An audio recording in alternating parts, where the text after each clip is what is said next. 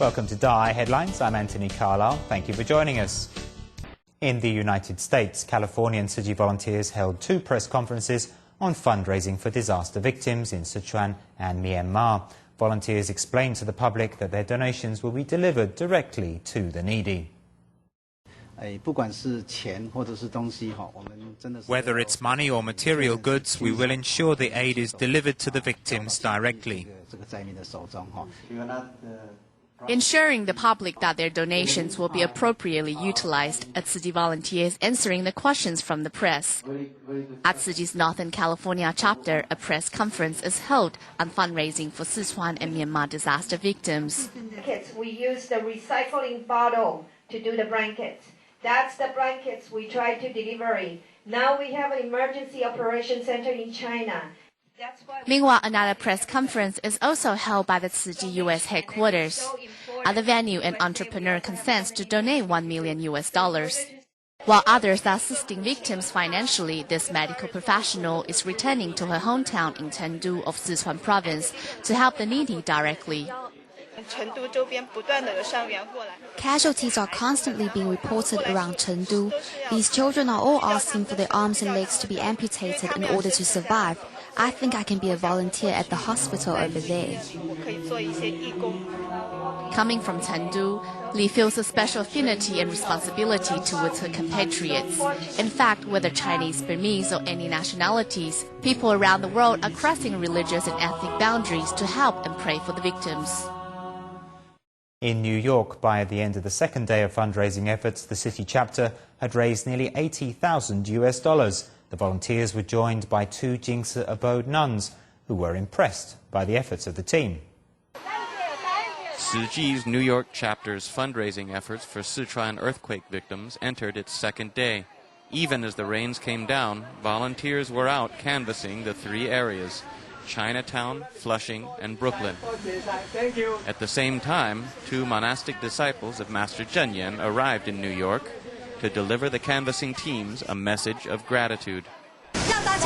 We want to encourage others' love, so we each need to give by example.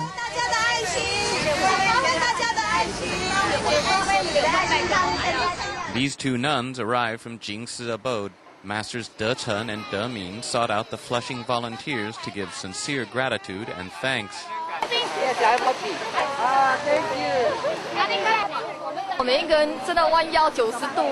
Watching our brothers and sisters here in New York bend over in gratitude, we are moved.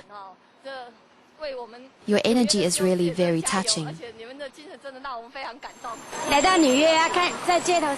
After arriving in New York and seeing the work of our brothers and sisters here in today's rain, bowing in service, your offering up of the donation box is so respectful.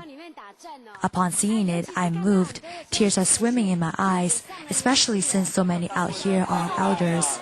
They have humbled themselves for the victims in Sichuan and Myanmar, and this sort of abasement is something valuable for us to learn from.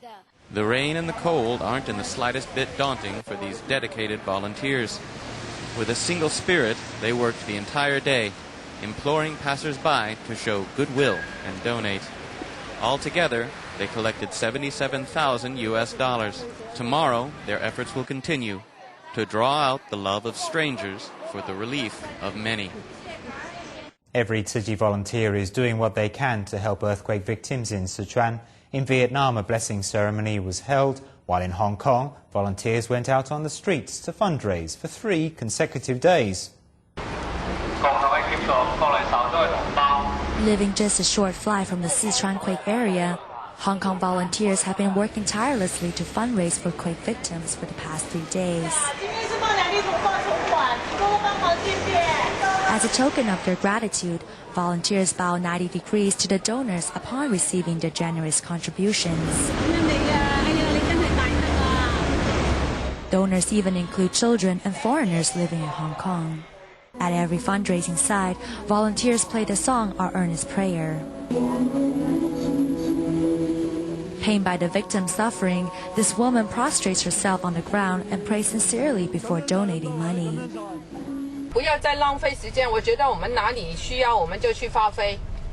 One volunteer who just had cataract surgery also put on sunglasses and immediately set out with others to fundraise.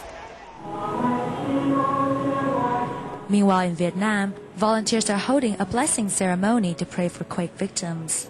With their eyes closed, everyone carry a prayer candle in both hands to cultivate blessings for the victims in Sichuan.